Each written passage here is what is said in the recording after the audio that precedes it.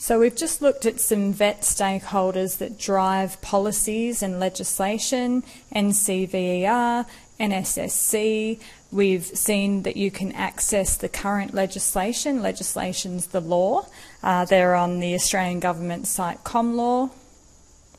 We've looked at all of the policies around what type of organisations can print and issue a Certificate 1 or, a doctorate degree, which is, what universities and then what rules they would have to follow through the AQF, the Australian Qualifications Framework. And we started looking at ASQA, which is really where your first interface is going to come in as a trainer and assessor. So finally we left it at training.gov.au, and this is the real interface now for your registered training organisation. And we had a look at how the registered training organisation and the trainers can access the current training package information, and there'll be certainly a lot more on that as the course goes on. This is also an interface for potential learners out there, people that actually want to study. They can come to training.gov.au and start searching for their courses and some training providers in their area as well. People can get information on apprenticeships and traineeships. So once you're registered with ASQA, once the registered training organisation is up and running, they get given their registered training organisation registration number, and all of their details come onto this training.gov.au and myskills.gov.au government websites for the public and companies to come on and look to start sourcing training if it's not, if they haven't found your training organisation through word of mouth. So we move from that then into the next stakeholder, which is, the RTO. You'll hear me talking about this hundreds of times, RTO, Registered Training Organisation. And so we've just given you here Evoke Training and Development as the example here. And you can see on the right-hand side where we market and publish, as we need to by law, our Registered Training Organisation registration number, okay? And because we deliver nationally recognised training, we are allowed to then use the Australian Qualification Framework logo there.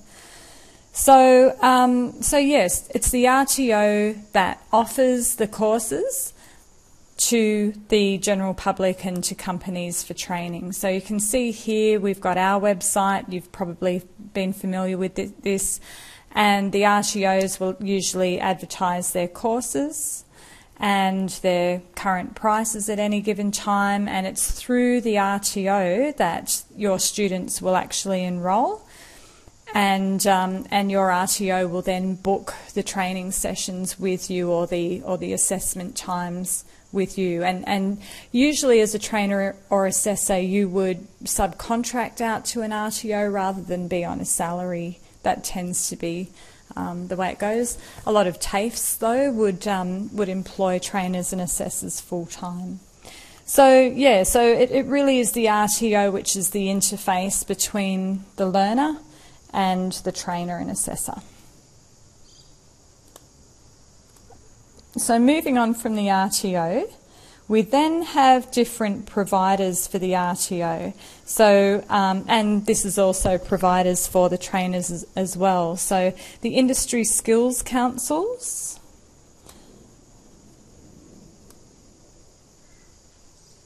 I think there's about 12 industry skills out there. So this is where you would be accessing your area of expertise, whichever industry, like hospitality industry is skills. Don't know what that one is. Anyway, IBSA is for business related courses. So if you're delivering anything around TAE, anything around Certificate 3 in business admin or anything like that, there's different skills councils. So they'll have some best practice training resources that you can use. They'll have up-to-date information on professional development, new equipment that's available in the industry, new best practices that might be already in use overseas.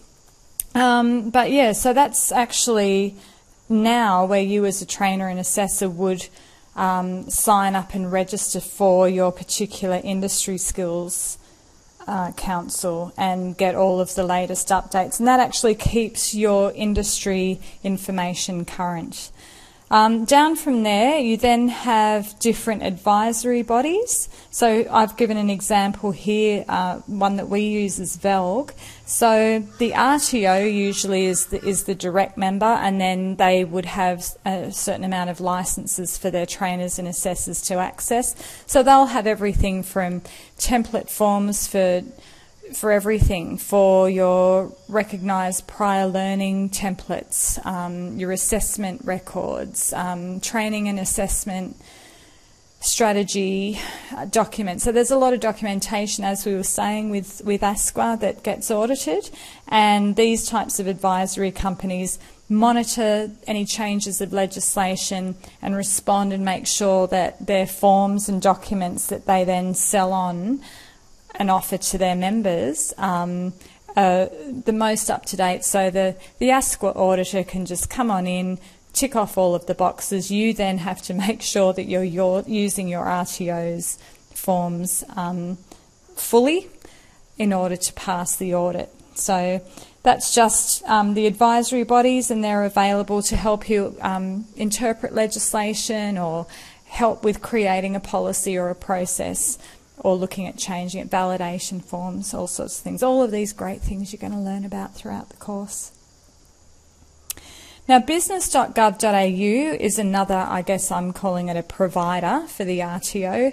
This is where you can get some national training grants, and then of course there's state level grants available as well. So we'll just move on past VELG. Oops. Can't find it there. Yeah, so there's a current fund that came out, that happens all of the time. So your RTO will become quite familiar with that and look at some of the training sometimes can get funded by the government because it is nationally recognised qualifications.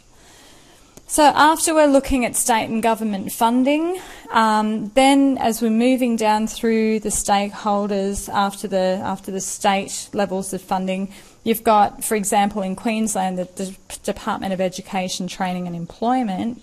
They would have some training resources. Plus, apart from the legislation, they might have their own state-based requirements that you would have to make sure that you're following as well, especially if in the instance of any state funding being given.